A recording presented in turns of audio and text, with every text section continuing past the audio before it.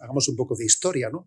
Cómo el Tribunal Constitucional en 1985 había hecho una resolución en la que afirmaba que la ley de supuestos de aborto, podría ser constitucional en la medida en que hubiese un conflicto de intereses entre el derecho a la vida del nasciturus con determinados problemas de la madre. Entonces, cuando había un conflicto de derechos, decía el Tribunal Constitucional que cabía amparar una ley del aborto dentro de la Constitución, pero lo que era muy interesante es que la sentencia de 1985 afirmaba que el nasciturus tiene un derecho a la vida y que la Constitución lo tutela. Cuando llega una ley de plazos, en la que no hay que alegar ninguna causa, ningún supuesto, sino que hay una libre aborto, entonces a ver cómo se puede decir que esa ley es constitucional. Claro, decir que el mismo Tribunal Constitucional, aunque con diferentes magistrados, pero con la misma Constitución, haya afirmado que el nasciturus tiene derecho a la vida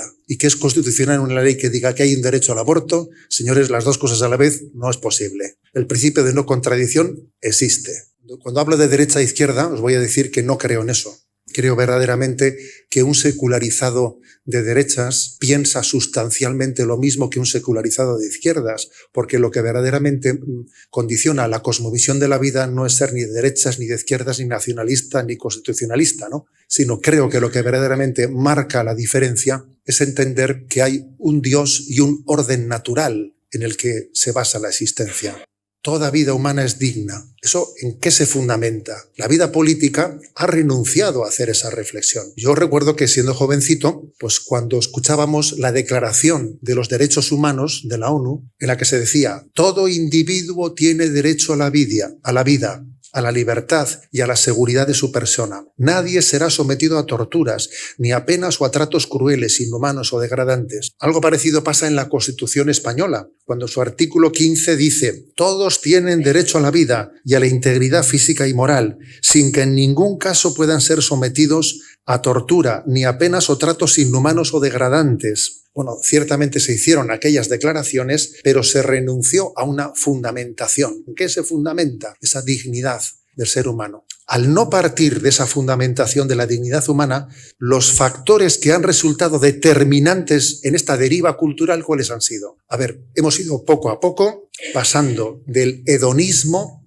a la cultura del deseo. Ese hedonismo, pues que el bienestar de Occidente, ese tenerlo todo, ha derivado en un máximo placer con el mínimo esfuerzo como ideal de vida. Vamos caminando por una cultura en la que la realidad se forja a la medida de nuestro deseo. Que un embarazo sea deseado o no deseado es lo que lo cambia todo. Ahora, si un embarazo es deseado, estoy esperando a mi hijo, es niño, es niña, cuento los días, o sea, de repente, si un embarazo es deseado, se habla del hijo, ¿eh? O sea, nadie lo pone en duda. Ahora, si el embarazo no es deseado, de repente deja de ser el hijo y entonces pasa a ser algo, o unas células, o un grupo.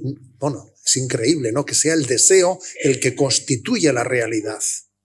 Creo que de esa cultura del hedonismo también otro factor determinante ha sido la crisis de sentido. No hay ni pregunta ni respuesta sobre el sentido, pues entonces se ha ido generando desesperanza. Solamente cuando el hombre es consciente de que viene del amor y que tiene una vocación a un amor eterno, es cuando es capaz de dar lo mejor de sí mismo. Si no, es que no tiene motivos para luchar, no tiene motivos para vivir. También ha habido otro factor importante que explica esta crisis, que es el relativismo moral, consistente en que ahora, a la hora de responder si algo es moralmente bueno o malo, pues rechazar tal pregunta y responder diciendo depende. San Juan Pablo II hizo algo importantísimo, que fue publicar en el año 1993 Veritatis Splendor, que es clave para responder a ese relativismo moral. En Veritatis Splendor, el Papa insiste en que hay actos que son intrínsecamente malos, más allá de la intencionalidad.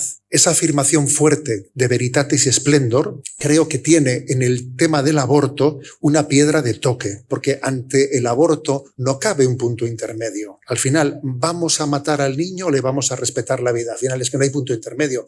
Un tercer elemento que también explica esta deriva es la concepción jurídica y política en la que vivimos. El poder político, ¿qué es lo que busca? ¿Busca un bien común objetivo? ¿Partimos de esa concepción, que somos unos policías para que no nos choquemos entre nosotros? ¿O creemos que existe un bien común, un bien que es para todos? Me parece muy significativo, por ejemplo, que en el discurso político se haya suprimido la palabra bien común y se haya cambiado por interés general. Ya, pero si una cosa es verdadera y buena objetivamente, lo es para todo el mundo. El interés general es otra cosa, ¿no? En el peor de los casos, estamos marcando una agenda en la que el pensamiento único se va imponiendo desde el dictado de esa política.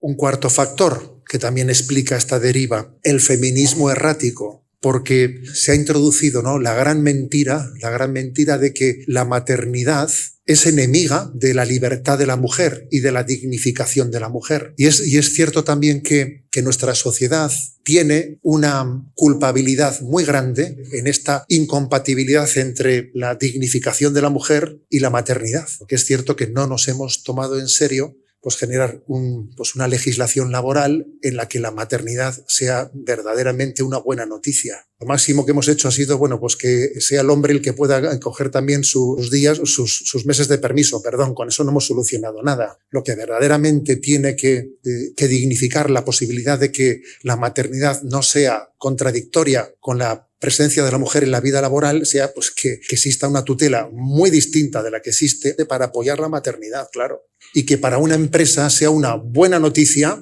pues que una de sus empleadas esté embarazada. Hasta que eso no sea así, pues obviamente nosotros mismos estamos generando este drama.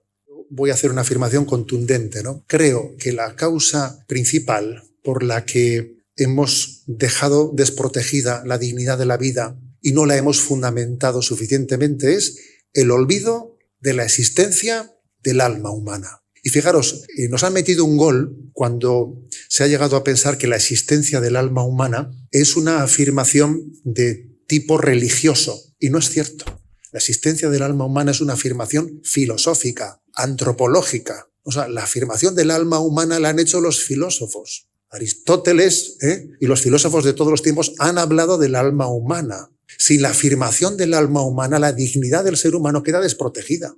Un referente histórico muy interesante que es que cuando después del descubrimiento de América comienza la evangelización de América hace 5 siglos, que ahora hay un momento que comienzan ciertas tensiones entre los colonizadores y los evangelizadores. Y entonces, claro, en un primer momento se da por válida la esclavitud. Pero claro, los evangelizadores estaban también evangelizando y estaban bautizando. Cuando comienza el debate, ¿no?, ante la corona española de si era aceptable o no era aceptable la esclavitud, aquellos que la proponían tenían que justificarse. ¿Y cuál fue su justificación? Es que estos no tienen alma humana. Y los evangelizadores les dijeron, ¿pero cómo no van a tener alma humana si nosotros les bautizamos? Tienen alma humana. Por eso les dirigimos el evangelio y por eso tú no puedes esclavizarles, ¿no? Que nosotros tengamos conciencia, ¿no?, de lo que supone nuestra espiritualidad, nuestro ser humano, es algo clave y básico. Bueno, ¿y qué hacemos? Esta es una buena pregunta, ¿no? Es muy importante el 1 a 1. Ya sabéis, cuando salió esa sentencia del Tribunal Constitucional en la que decía, ¿no?, pues que en España el derecho al aborto cabe, ¿no? Que ya se dice fácil eso, derecho a matar a un ser humano inocente. Cuando yo escuché aquello, ¿sabéis lo que me vino a la mente? Cuando aquel hombre en la película de la isla de Slinder dijo, mira, yo aquí voy a salvar a los judíos que pueda. A este tío ahora mismo no me lo puedo quitar de encima, pero a ver cuántos nombres me entran en este folio. Venga, voy a meter aquí más. Si escribo un poquito con letra más pequeña, me entran más nombres. Ahora yo creo que nuestro método es la lista de Slinder. Vamos a salvar a los que podamos. Vamos a salvar uno por uno. Yo creo que ese es el método. Segundo lugar, una familia abierta a la vida es el mayor testimonio contra el aborto. Es nuestra gran propuesta para cambiar esta mentalidad. ¿Cómo cambiamos esta mentalidad? Pues con la lista de Slinder, de salvar uno a uno los que podamos y dando testimonio del gozo que es la apertura a la vida, ¿sabes? Eso, os digo yo, que es una herramienta muy fuerte para darle la vuelta a esto. Y además también voy a decir una cosa más. Y el acompañamiento. Esta es la tercera propuesta, ¿no? Tener plena conciencia de que estamos también llamados a rescatar, a consolar a todos los que han caído en esa herida. Evangelium Vitae, dice en el punto 99. Una reflexión especial quisiera tener para vosotras, mujeres que habéis recurrido al aborto. La Iglesia sabe cuántos condicionamientos pueden haber influido en vuestra decisión y no duda de que en muchos casos se ha tratado de una decisión dolorosa, incluso dramática. Es verdad que lo sucedido fue y sigue siendo profundamente injusto. Sin embargo, no os dejéis vencer por el desánimo y no abandonéis la esperanza. Antes bien, comprended lo ocurrido e interpretadlo en su verdad. Ayudadas por el consejo y la cercanía de personas amigas y competentes, podéis estar con vuestro doloroso testimonio entre los defensores más elocuentes del derecho de todos a la vida. En España se ha traducido con el título de Palabras en favor de la vida y son como un argumentario sobre cómo responder distintos tópicos, etcétera, y que en el mundo abortista se difunden, ¿no? Pues también que conozcáis ese libro. O sea, yo creo que nos puede ayudar mucho a nuestro argumentario, nuestra forma de expresión. Palabras en favor de la vida.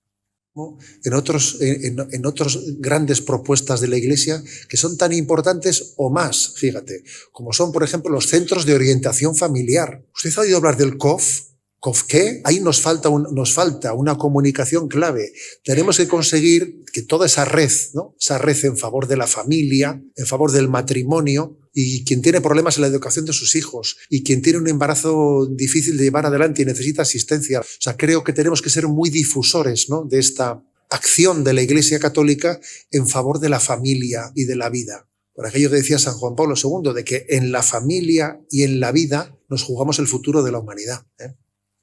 Bueno, dentro de ese libro que he dicho, Palabras en favor de la vida, en ese argumentario suele ser típico que se recurra a ciertos argumentos, ¿no? Uno de ellos suele ser el de la violación. Pero claro, es que pretender resolver una gran injusticia cometiendo todavía otra injusticia todavía mayor, que es la de que sea el inocente absoluto el que pague, pues es que obviamente no puede ser una solución. Por otra parte, nos olvidamos de algo que es muy importante, que es la posibilidad de la adopción. Existirán circunstancias muy difíciles en las que pues no se pueda pedir que sea prudente que una mujer pueda llevar adelante una maternidad, pues porque su situación es muy compleja. Pero es cierto que es importante educarnos en el razonamiento, en la utilización correcta de la razón, en la capacidad de desenmascarar las falsedades. Tenemos que ayudar a razonar correctamente, a rebatir los errores. La confesión de la verdad yo creo que tiene 4 niveles. Un nivel es, obviamente, creer en la verdad. Segundo lugar, ser coherente con eso que crees. Tercer lugar, proclamarla. Y en cuarto lugar, rebatir los errores. Porque si no rebates los errores, no la confiesas suficientemente. Tienes también que tener la capacidad de rebatir los errores, ¿no? Cerremos, tiempo tenemos para hablar, dejemos a don José Ignacio descansar y regresar a Alicante. Muchísimas gracias, José Ignacio. De nuevo.